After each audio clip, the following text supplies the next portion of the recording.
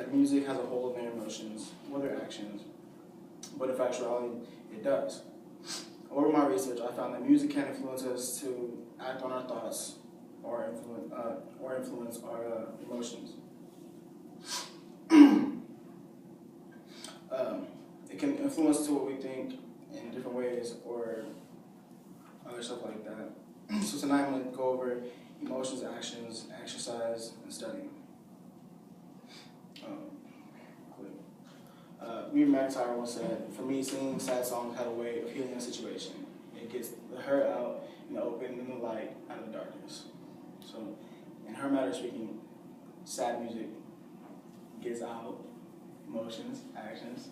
It works together. So to begin, multiple studies have been done over the influence of music in our body. According to the news.softpedia.com, the human mind associates music with the type of harmony it contains. For right here, soft music soothes the mind. Okay, and on the other hand, loud music gets the blood flowing. Like we see in this picture right here. In today's generation, you can see the change in people's emotions simply by the type of music they're listening to. As you can see, if someone were listening to some screamo or type of metal music, you may think that they're aggravated or just to the point. I can see a man right here pointing at said man right here. He just looks like he's just aggravated to the point. So, on the other hand, if someone listening to some soft music or slow jams, in another word, they may look like something tragic or traumatic just happened to them. As you can see, a lady sitting right here in the corner, looking all depressed like.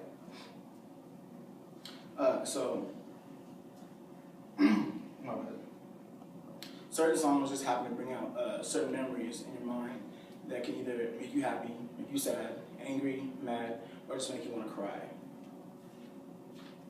As stated in the study done about music and behavior by Western Connecticut State University, certain music can provoke you to do things you would normally do in everyday life. Until you hear that song or that type of music. According to the study, there's a very high correlation with people, students, teenagers who listen to violent sexual music and ending in that correlation, who are going to act on that, whose mood is changed after listening to that song or that type of music. And the correlation also matched with the students, teens, and adults who didn't listen to violent sexual music, who came out of the study mood unchanged, even happier than when they came in. So that proves that music does have this effect on their actions, their mood. Like, they're just not gonna act on certain things. Like, so if you're gonna listen to a song about violence, like attacking, shooting, something like that, you may want to have a thought in your mind like, hey, that sounds pretty nice. I want to act on that. Listen to a song about sex and discouraging females. You may, next time you look at a girl, you may call her an offensive word. But on a broader note, though, OwnHarmonics.com said that music does help things as well. When music is played at a certain preference of that person, it can actually de-stress that person. Like I said, when the music is set to a certain preference, the body releases healthy stress hormones called cortisol. After that, the music sets in the mind and the person's mood level is elevated to a certain level to where the mind is at a focused state. Another way that is helpful is to help build up your immune system, believe it or not. An upbeat song has a hypnotic tune that's built into the music that causes the mind to go into an alpha state.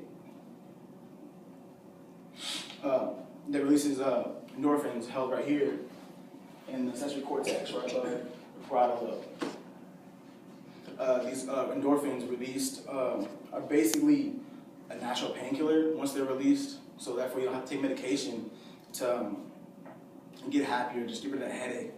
So finally, in this part, I'm going to talk about exercise and study.